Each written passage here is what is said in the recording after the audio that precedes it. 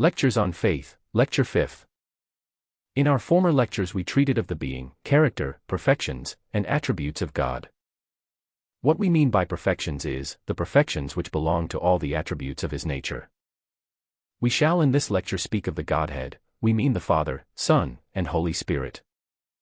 There are two personages who constitute the great, matchless, governing, and supreme power over all things.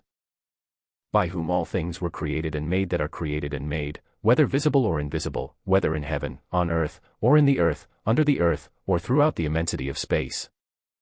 They are the Father and the Son, the Father being a personage of spirit, glory, and power, possessing all perfection and fullness.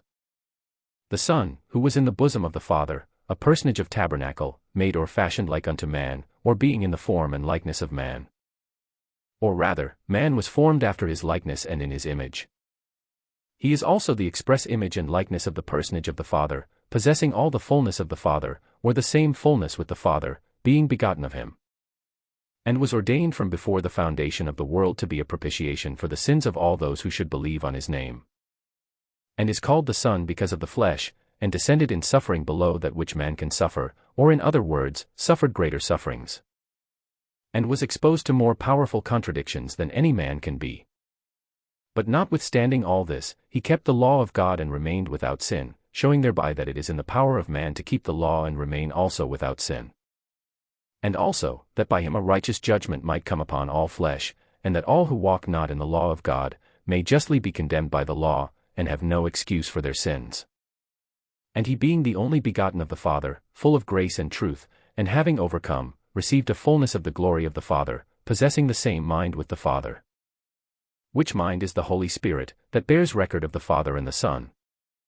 And these three are one, or in other words, these three constitute the great, matchless, governing, and supreme power over all things.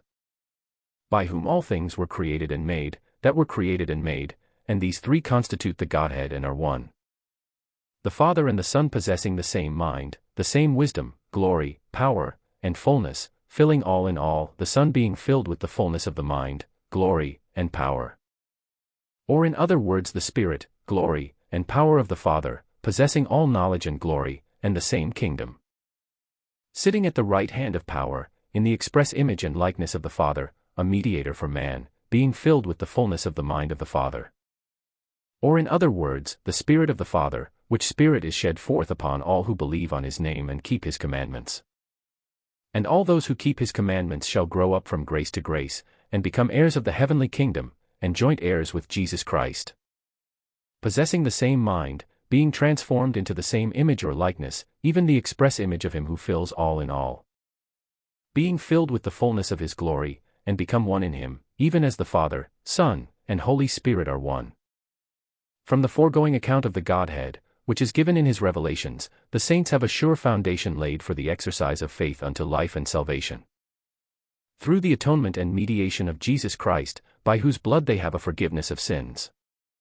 And also a sure reward laid up for them in heaven, even that of partaking of the fullness of the Father and the Son, through the Spirit. As the Son partakes of the fullness of the Father through the Spirit, so the saints are, by the same Spirit, to be partakers of the same fullness, to enjoy the same glory.